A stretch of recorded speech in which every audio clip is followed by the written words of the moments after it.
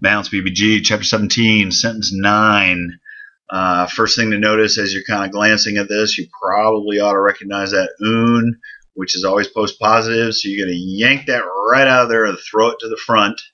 That way you just get it out of the way. So, therefore, and this is one of those sentences where, it makes sense to me. You look at the end here and you see that he's introducing a quote.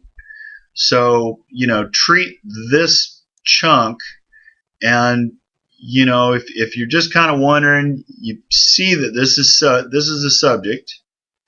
You see this, typically you're going to say, probably direct object. And then here you got the verb. So, you're going to have to do some swapping around for it to make sense. But even if you didn't swap it around, therefore he says to him, Pilate. You can kind of play with that. Even if you didn't do the swapping, you could kind of go, okay, well, there's some sense there. I just got to, do the gymnastics. So, hopefully, like I said, you recognize this is the subject because of the definite article, because of the, nominative singular ending here. So, that also lines up with, hopefully you know the lexical form Lego, which is, I say, but here you got a third singular, which lines up with Pilate. So the iota tells you that. And therefore Pilate says, and this is one of those places that, let me just introduce this idea. In narrative, when a story is being told, you have what's called the historical present. This is a present tense verb, but what many of you will do when you turn in homework to me is you'll translate it as a past, even though it's a present. And that's okay, because that's what translators are going to do, because it's technically what's called a historical present. Now, the way that works is you're storytelling, and you're trying to give immediacy to the story. And so you tell the story as though it's happening right then, even though the story has already occurred. The guy comes into the store and he walks up to the clerk and he pulls out a gun, and all those verbs are present, even though everything that we're talking about has already happened. And you're going to find that a whole lot in the Gospels. And feel free when you run into them to translate them as a past, but hopefully you will recognize in doing so that what you're doing is you are translating based on the idea that the story occurred in the past, even though the verb is a present. Okay, hopefully you'll be aware of that. And like I said, I just want to introduce the concept. Okay, so therefore Pilate, and again, whether you say says or said, like I said, if you read in the Bible, the translations almost always go with said here, even though it's a present, because it's a historical present. Therefore Pilate says to him, right? And you have that iota tell you that it's the dative there. And then he introduces the quote. And here's what Pilate says to him. Now, take it as a chunk, look for the punctuation.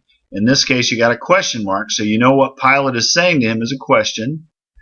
And it goes up to here, so, again, if you only just do it chunk by, word by word, to me, not do you speak, right? And again, that sigma should tell you that it's second singular. And also that circumflex, again, you look at the circumflex, you go, okay, what's the circumflex doing? Well, think about the word. The word is laleo. You got a contract verb, circumflex with contract verbs, present active indicative, simple deal.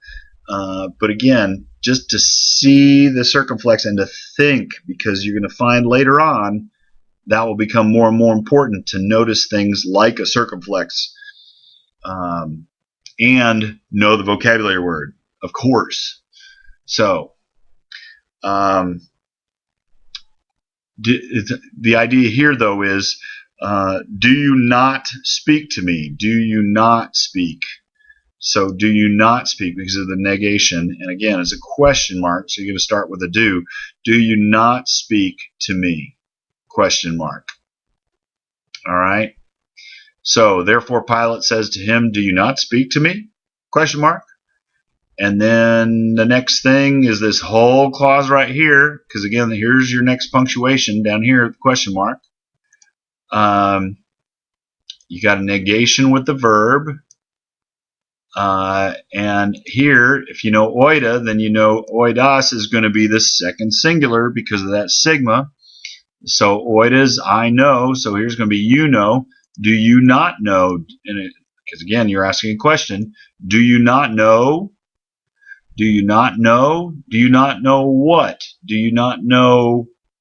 And again, guess what kind of verb this is? This is a verb of cognition, isn't it? It's something that you're supposed to know. Don't you know? So as soon as you use the word know, you got to be thinking, well, that's a verb of cognition. Verb of cognition followed by a hot T. That hot T is going to be a that. Guess what it is? It's a that. What is it that Pilate's wondering whether he knows or not? That. And then he goes on to say what it is that Jesus is supposed to know. Authority you recognize, I hope, from exousia, except that it's got a nu, which tells you that it's in the accusative. Tells you that you're going to have to move it to make sense or to put it together correctly in English grammar. But even if you didn't, let's just read it through. Do you not know that authority, echo, I have? And then he gives you the next word, to free. And then here's that say. I won't be too obnoxious about this, but hopefully you recognize now second person personal pronoun with that epsilon ending. It can only be accusative, so it's you. Do you not know that authority I have to free you? So, even if you just did it word by word, you'd be okay. But again, because this is accusative, you're going to want to move it after the verb. Do you not know that I have authority to free you? And then you're going to do the same thing because he does the same, this is the same kind of clause. And authority I have to crucify you. So, moving the word authority as the direct object after the verb, and all you got to do is go back and go, do you not know that I have authority to free you and authority to and I have authority to crucify you? Question mark. So let's run through it one more time, just for my sake. Therefore, Pilate says to him, or said to him, do you not speak to me? Do you not know that I have authority to free you and I have authority to crucify you? Question mark.